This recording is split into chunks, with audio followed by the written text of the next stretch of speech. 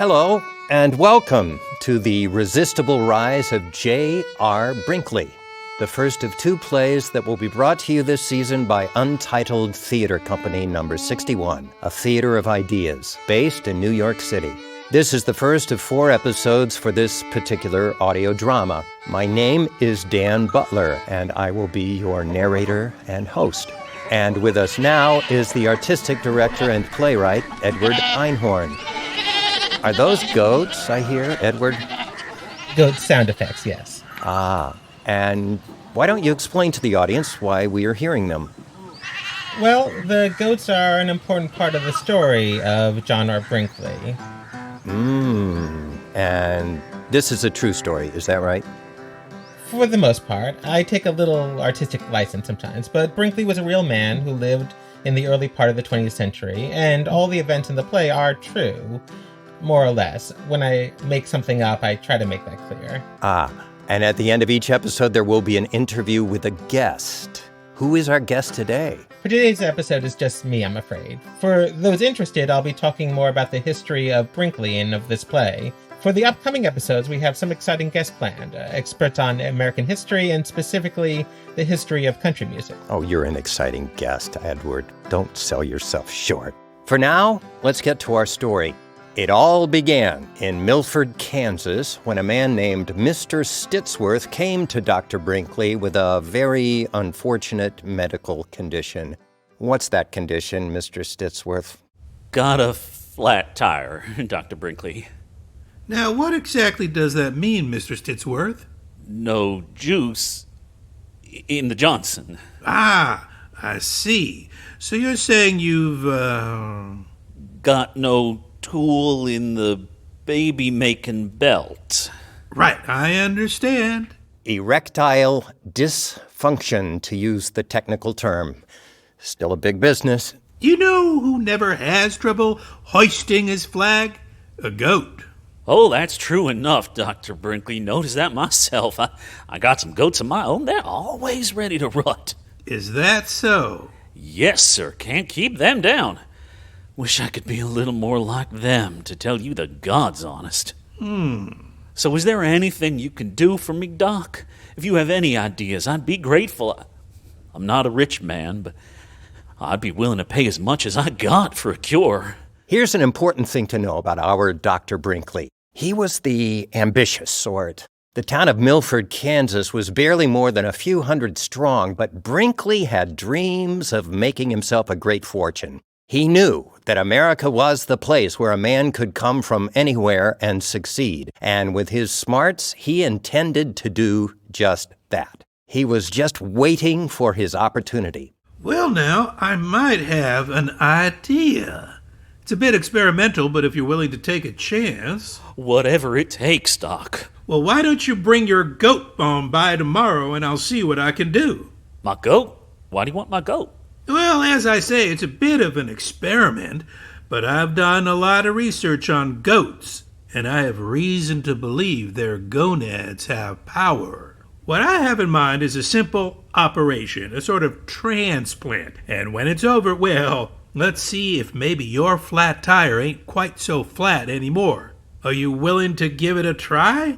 You're gonna give me billy goat nuts? That's right. If it cures me. Good man.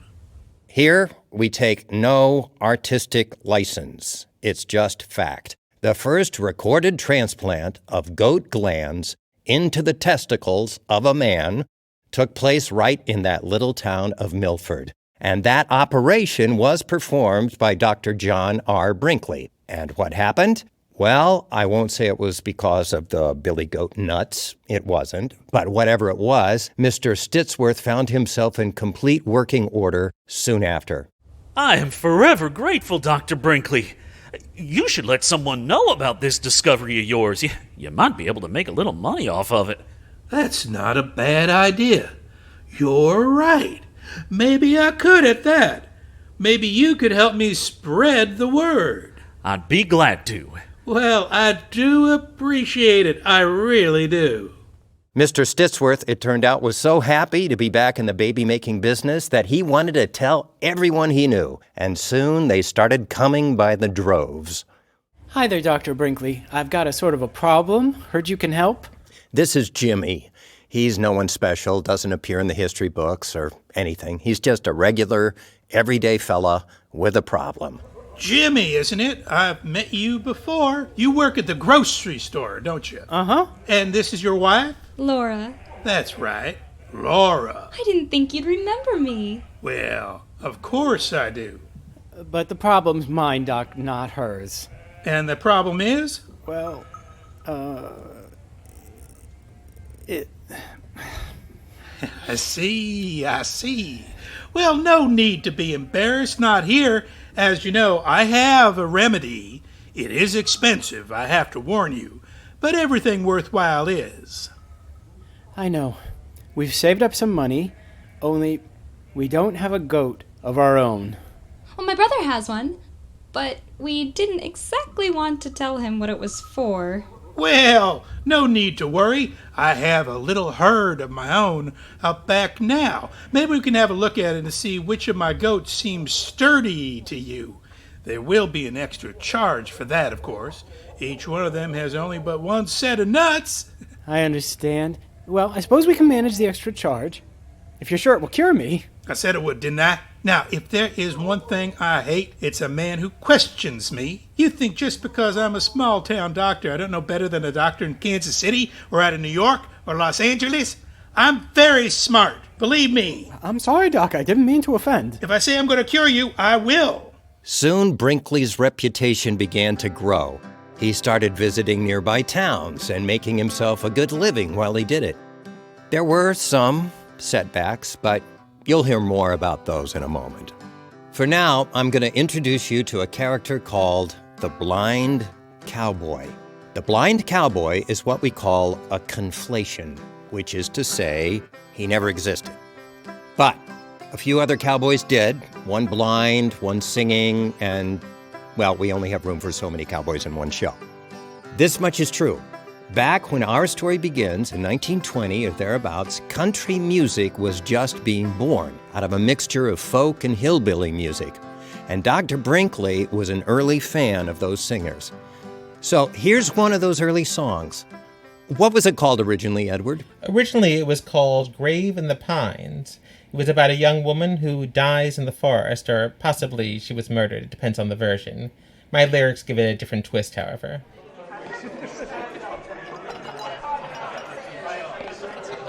Howdy there, folks. So good to see you this evening. I have a little ditty for you, heard it upon my travels. Y'all feel free to sing along if you know it, why don't you? Ready now? Here it goes. There once was a man with a sad melody that seemed quite hard to cure, till he met a doc so tremendous he, though deeply insecure. Now this clever doc cut the nuts off a goat to put in our man's sack. The sack filled with pus and it started to float. Alas, alas, alas. Feel free to join in on the chorus if you know it. It's a lie, the doc told you a lie. Let's blankly state the truth. And you're gonna die, 'cause he told you a lie. Gonna die, it's a lie, it's a lie.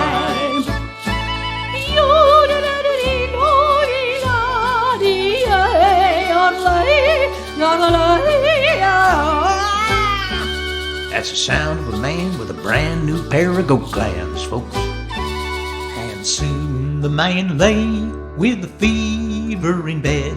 All night he tossed and turned. His skin had turned green and his pecker turned red.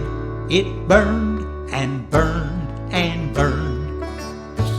Now when the doc heard about the man's sorry state, he said it wasn't true. The sickness was fake or simply his fate, and there's nothing he could do. It's a lie, it's a lie. The doc told you a lie. Let's blankly state the truth. And you're gonna die, 'cause he told you a lie. Gonna die, it's a lie, it's a lie.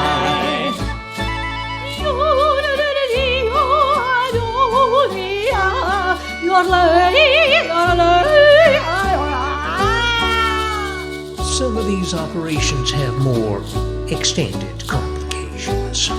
So what have we learned from this man's sorry tale? That life can be a bitch. And our clever doc should be rotting in jail instead of getting rich. Everybody! It's a lie, the doc told you a lie. Let's blankly state the truth. And you're gonna die, 'cause he told you a lie. Gonna die, it's a lie, it's a lie.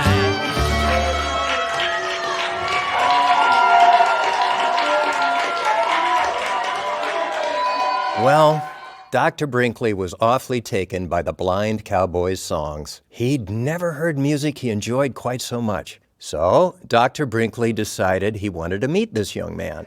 That's an awful nice tune there, cowboy. Well, thank you, sir. I can't ride no more. I got some wood chips in my eyes while I was chomping, and can't exactly see straight nowadays. So I've taken the music as my comfort. What brings you here? Just staying over for the night. I'm a doctor, and I'm making a house call of an operation I've created involving the gonads of a goat. Are you Dr. Brinkley? That I am. Well, I've heard of you. You're famous around here. Hey, don't suppose you come up with a cure for my eyes while you're at it? Not as yet, I'm afraid, but I have hopes that my goat gland operations will one day be able to cure a myriad of ailments, including blindness. Well, when that day comes, make me your patient. You'll be the first I cure, believe me. Are you boys going to just sit there, or when are you going to order a drink? Don't mind if I do. Never refuse a good drink or two. And one for my new friend, the cowboy.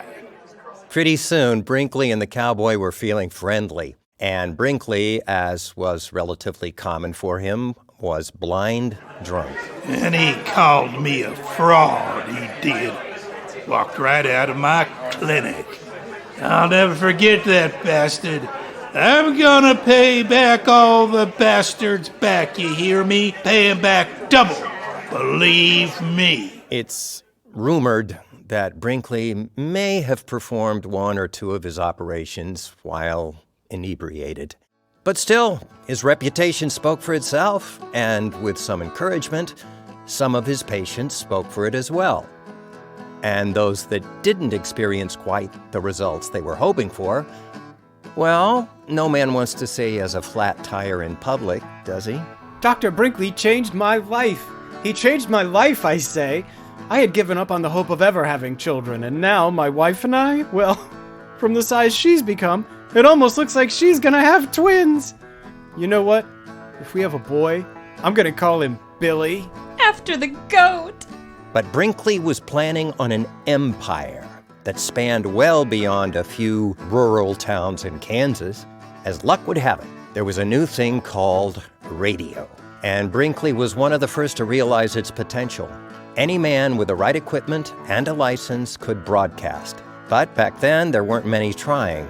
Those that were aimed mostly not to offend, playing news and the kind of music that was better suited to put people to sleep than entertainment.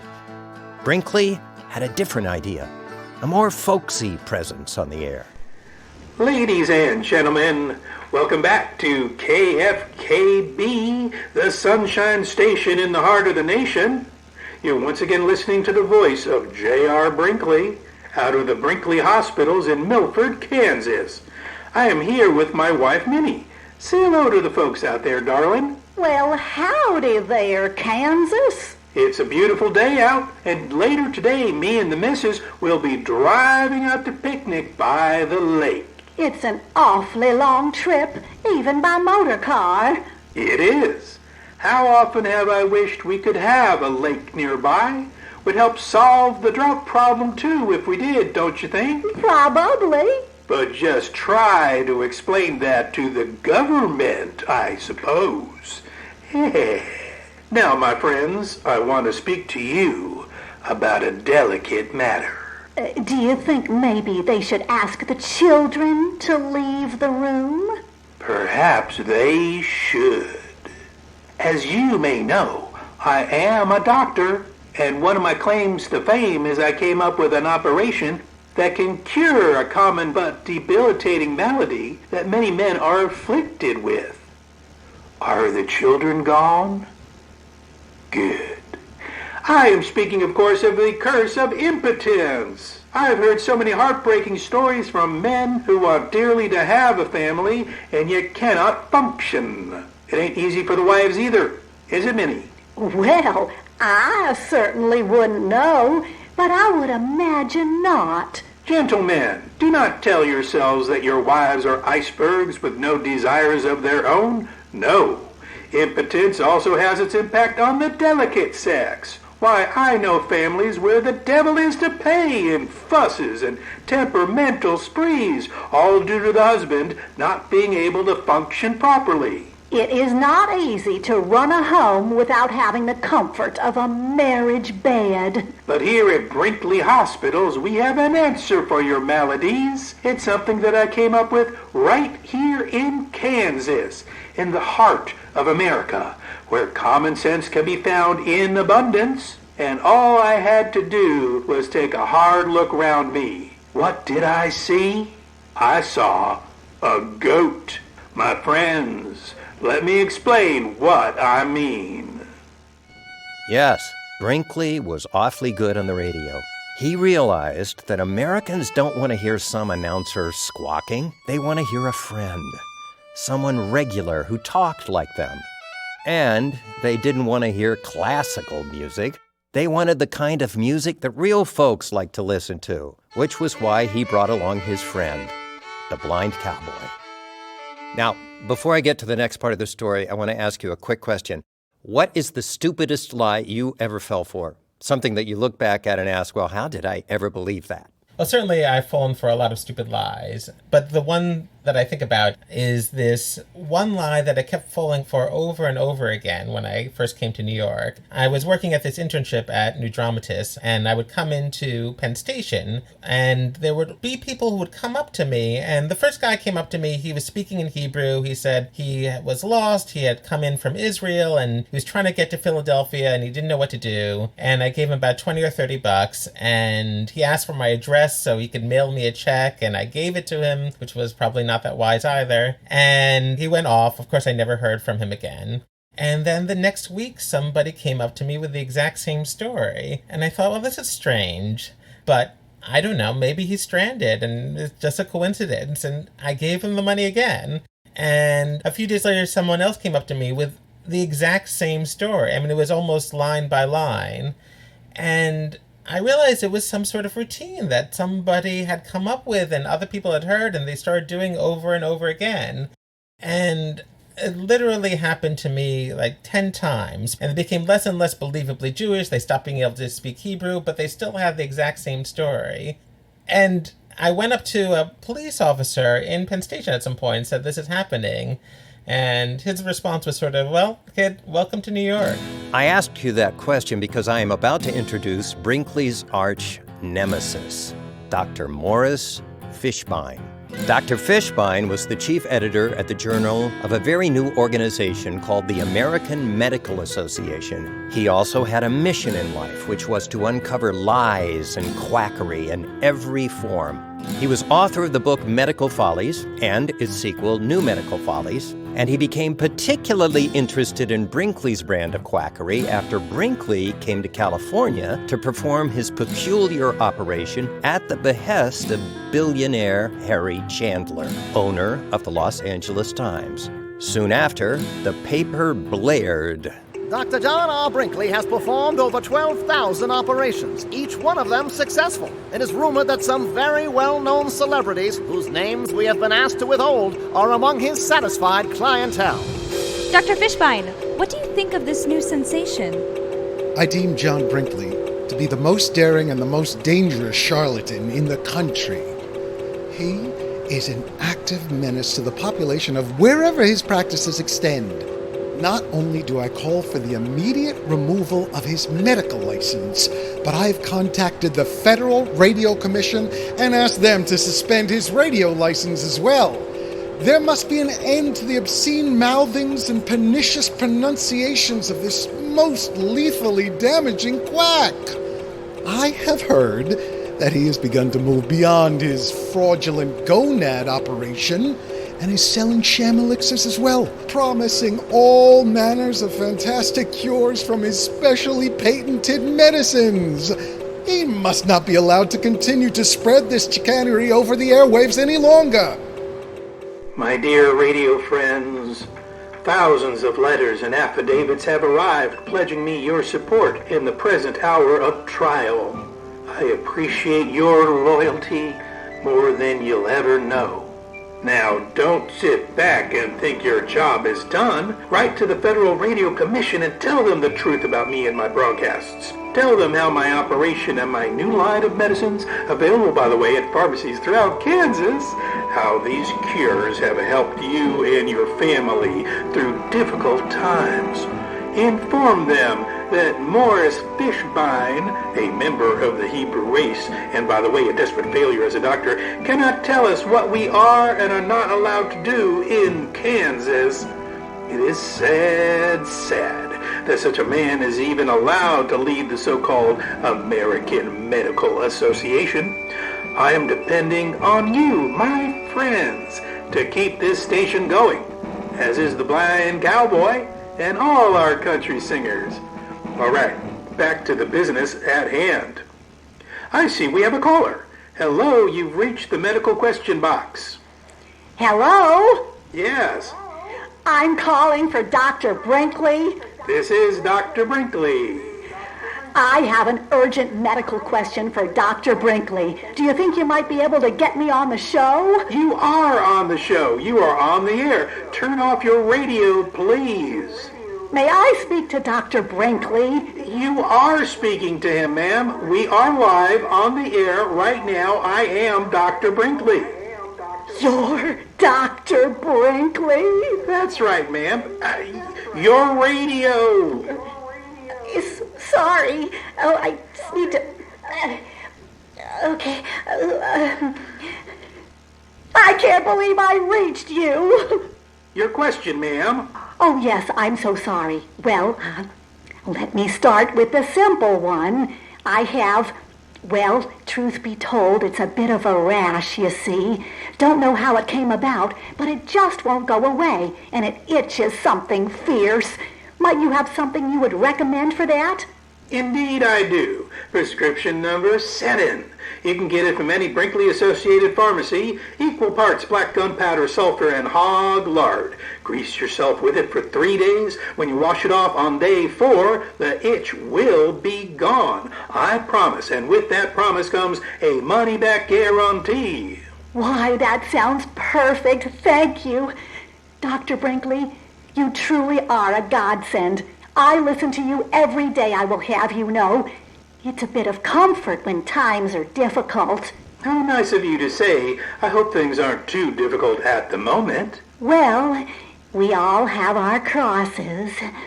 You mentioned that this was the simple question. Is there another problem? Yes. It's a bit of a sensitive nature. Is it about your husband? My husband, as you guessed. The thing is, he's not so keen on your goat gland cure. He's not sure human and goat can mix. Well, you can assure him I've done thousands of operations, all successful. Yes, I understand that. My husband, though, he said he didn't make his fortune by ignoring his instincts. What profession is he in? He's a banker. He's a kind man and a good provider, and I do wish I could give him a son. So, I had a bit of another idea. What's that? Well, not long ago, there was a bit of a terrible crime in our town. A young man who took advantage of a girl. I see. Fortunately, they caught him, and they're going to serve him justice just next month. They are scheduling a hanging. Perhaps we could talk about this idea of yours off the air? And I'd heard there were alternatives that you had explored to goats. Now, this young man, he's a Negro. Yes, I understand. This may be a discussion we want to have at a different time when I can explain to you all the details of my operation. Let me make sure we have all your information, and I promise I will personally call you back. Thank you so much, Dr. Brinkley. Like I say, you're a godsend. As you may have surmised, Brinkley did a brisk side business with testicles from recently, yes, hanged corpses. And at least one wealthy patron was a bit too impatient to wait for the hanging. So Brinkley obliged with a living volunteer, paid handsomely, of course, for his contribution. Meanwhile, Brinkley was getting 300 applicants a day for his hospital. By this time, he was also inserting the glands into women's ovaries. He had a large staff, all trained in his procedure, and the town loved him. There was Brinkley Zoo, Brinkley Park, Brinkley Tower. Now, wait a second. Was that true, Edward? Was there a Brinkley Tower? No, that's part of the artistic license. But there were plenty of places Brinkley named after himself, including Brinkley Zoo. Okay, all right. So Brinkley Tower is more of a modern commentary. That's right. I think the commentary will become even clearer in episode 2. And what's that about? Well, he runs into some trouble, as you might expect, and he transitions into politics. Trouble right here in River City. Well, we seem to have already begun our interview, so why don't you tell us a little about how this project evolved? It evolved where many things evolve, on the internet. I was looking at obscure American history things because I like that sort of thing. And there was a little blurb about Brinkley, and it really resonated with me because it was around the time of the Clinton-Trump election, and of course there are parallels between Trump and Brinkley. So I started doing research, and there were a number of books written about him. There's a documentary, there's all sorts of things, and it felt like a good subject for a play. So I decided to follow this form I had used on an earlier play where I had deliberately made it a little bit Brechtian, self-consciously theatrical, and used the country music that he was so involved in to comment on the play and talk to the audience a little bit directly. So in the original, instead of talking to the guest, the narrator was asking questions of the audience. And we put it up at the Fringe Festival in New York City in 2017. So that was the beginning of it. And then with the coronavirus, I was looking for projects that seemed to fit audio drama. And of course, with Brinkley's connection to the radio, it seemed the perfect fit. In fact, at the time, a lot of people who came to see it were telling me that this really should be an audio drama. And I sort of agreed, but I didn't think I had time to work on it. And now I do have the time. So you created COVID so you could do this. That's right. That's right. I am to blame. You're to blame. So you mentioned Brechtian. The title is Brechtian, right? Or inspired from it? Yes. It's an allusion to The Resistible Rise of Arturo Ui, which he wrote about Hitler. And I wanted to sort of give a tip of the hat to Brecht and the style of Brecht, and of course the idea of talking about a leader in a difficult time. So did you fit everything you found out about Brinkley into this? Not even close. He has an amazingly complicated history, and well before this play begins, he's involved in a lot of elaborate cons. He's jailed. He also tried to cure impotence by taking colored water and injecting it straight into people's buttocks and calling it electric therapy. Of course. And yeah, he was quite the character even before this began. But his road to fame lay in goat testicles. So that's where I started. Oh, I love it. 3 billy goats gruff. It puts a whole new shine on that. And you mentioned country music. Did the idea to include it more is because he loved it so much? Yeah, well, he was not only a lover of country music, he was really one of its first major advocates because he had his radio station and he could put all these singers on that were not getting any exposure otherwise. And so one of the most famous is the Carter family. They really made their name on Brinkley shows. When you're looking at the history of country music, it really was beginning at the same time that Brinkley started his radio station. And so he played a big role in making these people household names. And did the idea to have a guest in every episode, did it come from country music or Brinkley, or was it just your idea? Well, I was trying to figure out how to translate the Brechtian speaking with the audience into a radio form. And so I thought there's this convention of having guests on podcasts, and that would be a perfect way to have a conversation going during the episode. It also sort of follows the tradition of the theater company, which is to have guests speak on the subjects involved in the play. Because I'm a bit of a nerd and like to talk about these things for a long time, some of my audience is as well. And so for those who want to sit around and hear the history and hear the sort of ideas behind the play, it gives the audience a chance to do so.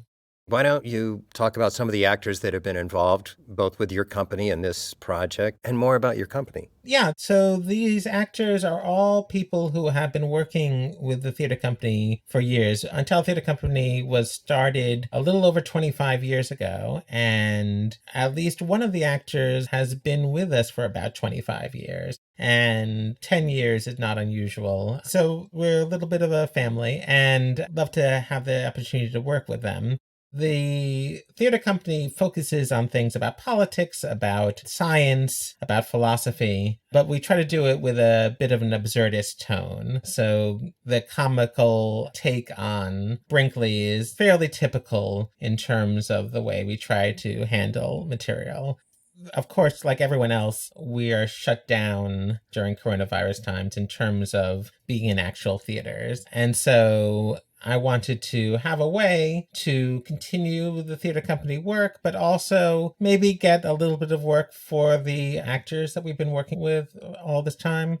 And so I came up with the idea of doing these podcasts. And I'm very happy to do it because it gives me a chance to work with people I love and do theater, which I also love. But of course, it's a little harder to finance now because nobody is paying money at the box office. Grants are drying up. Individual donations are also drying up a little bit. So I'm trying to figure out that aspect of things. So I am going to ask if people are inspired to do so, that they go to www.untitledtheater.com. There's a way to donate on the theater company website. You can also see all the things we've worked on over the years and maybe help support the next project of this sort. That's wonderful, Edward. I mean, I'm so grateful to be an actor myself and a writer and to keep it alive in any way we know how. And also, a big part of that is to be an active audience member and support it. So I wholeheartedly second your message. So thank you all so much for listening. Edward is going to read the credits, and we'll be back with part 2, the story of Brinkley's run for governor of Kansas. This episode was produced by Untitled Theater Company No.61, a theater of ideas.